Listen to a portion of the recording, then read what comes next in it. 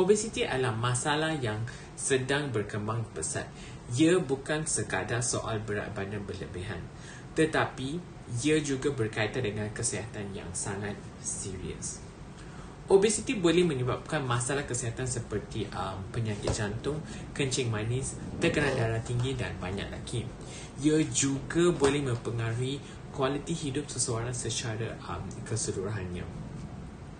Malahan, obesiti bukan sahaja menjejaskan seorang individu, tetapi ia juga sebagai masyarakat, dia akan menjejaskan masyarakat secara keseluruhannya. Untuk mengatasi masalah ini, penting untuk menjalani gaya hidup yang sihat, termasuk dengan pemakanan yang sihat, makan bersenam dengan berkala lah.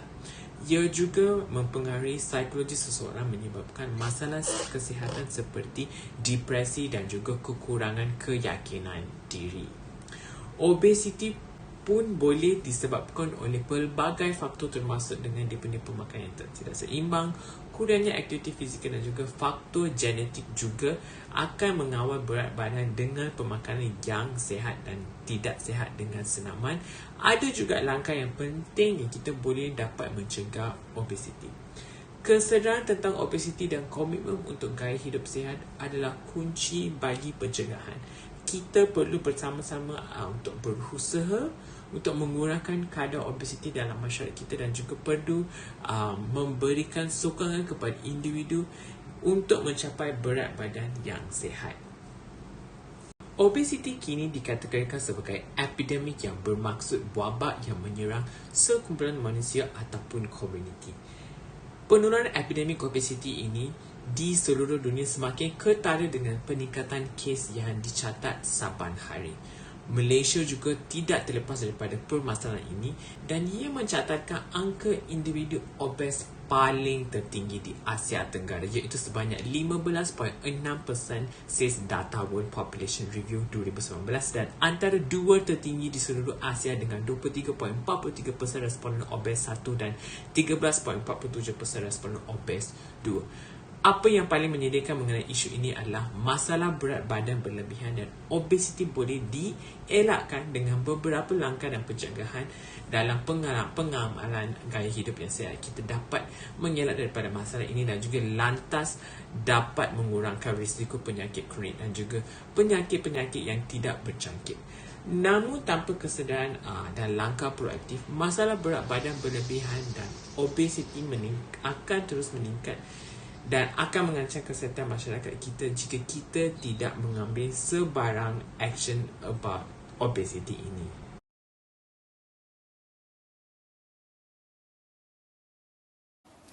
Masalah kesihatan tidak mengawal pemakanan, makanan berlebihan, tabiat makanan secara emosi dan rasa lapar yang berlebihan akan mengakibatkan kegagalan, menurunkan berat badan dan memberi kesan psikososial yang negatif kepada individu yang obesitif seperti rasa rendah diri, tahap kecewaan yang tinggi.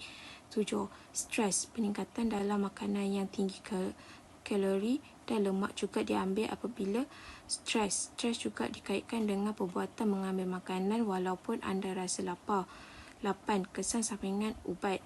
Penambahan berat badan dan obesiti boleh disebabkan oleh pengekalan cecair, tetapi cenderung berlaku disebabkan peningkatan pengambilan makanan dalam satu potensi. Penyumbang kenaikan berat badan di kalangan remaja dan wanita ialah kesan penggunaan konsentif hormon. 9. Gaya pemakanan di rumah. Keseimbangan pemakanan bermula dari rumah, terutamanya kepada anak-anak. Ianya tanggungjawab ibu bapa. Ibu bapa mempunyai halangan terbesar, iaitu kekurangan masa untuk penyediaan makanan seimbang kerana telah menghabiskan waktu bekerja di perjalanan pulang kerja. Antara faktor utama pemakanan seimbang di rumah kurang ditekankan.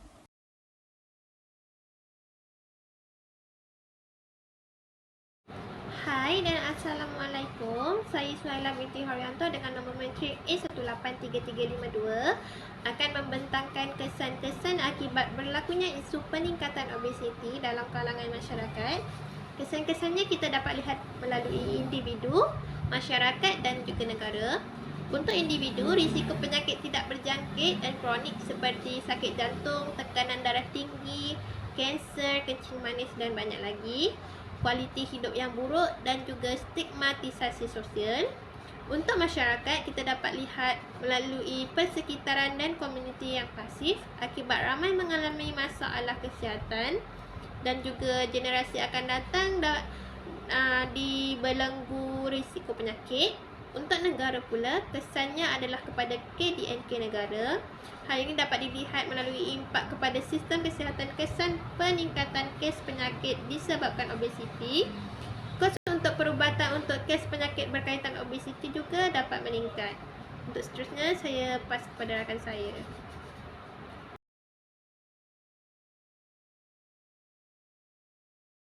Assalamualaikum dan selamat sejahtera. Nama saya Rizal binti Abdullah, matrik nombor A183346, dan saya ingin membentangkan tentang topik yang keempat, iaitu tindakan.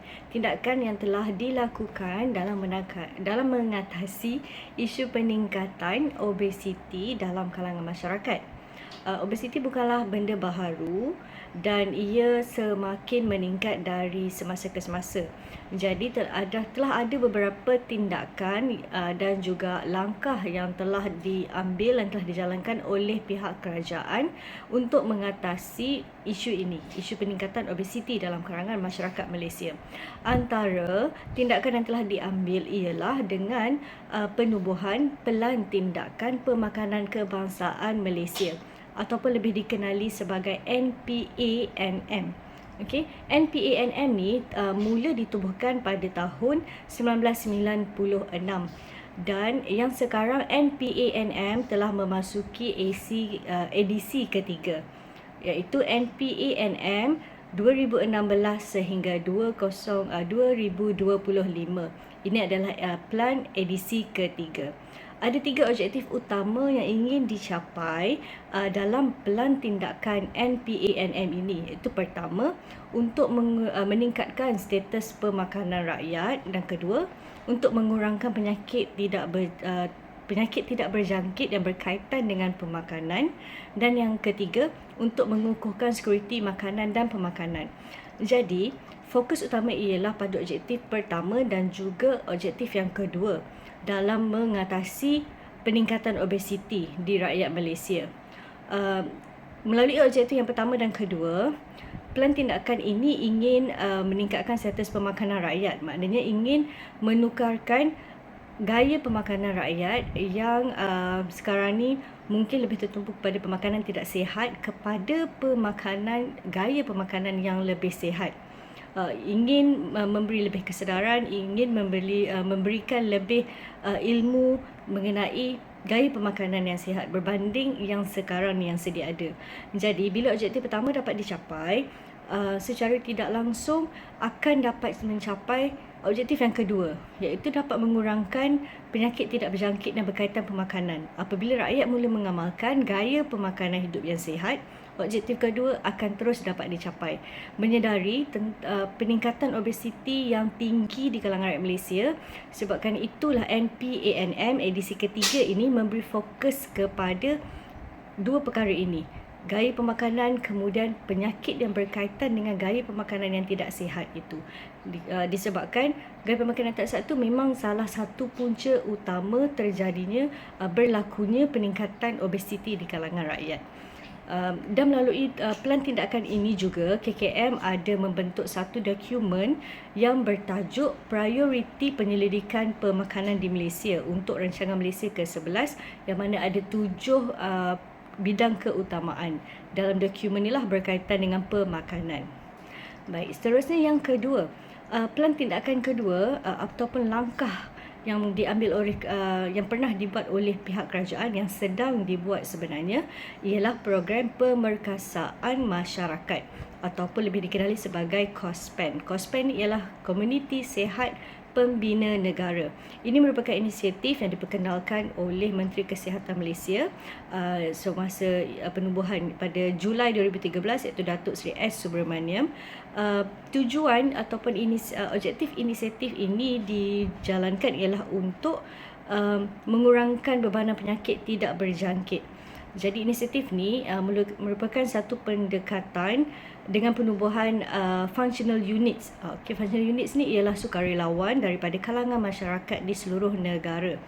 Inisiatif ni bertujuan untuk memberi satu sokongan komuniti dalam menangani masalah kesihatan di Malaysia. Program ni maknanya di peringkat komuniti kita memberi pemerkasaan kesedaran tentang pentingnya pemakanan gaya hidup sihat untuk mengatasi masalah berat badan berlebihan dan juga obesiti.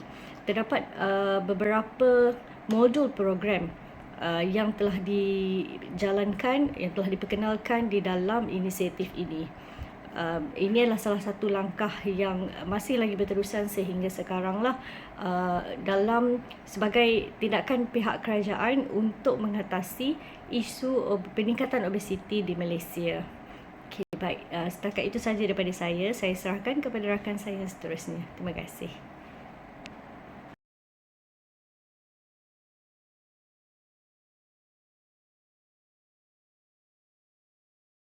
Cadangan yang dikemukakan untuk menangani Sebagai kesimpulannya, obesiti bukanlah satu masalah yang boleh dianggap ringan. Obesiti membawa kesusahan dan mengancam kesihatan kita. Sebagai masalah berat badan berlebihan dan obesiti boleh dirawati dan dicegah bermula dengan usaha individu sendiri. Dan gaya pemakanan pula moden yang bergantung kepada makanan segera dan kurang sihat menjadi penjumbang terbesar kepada peningkatan kes.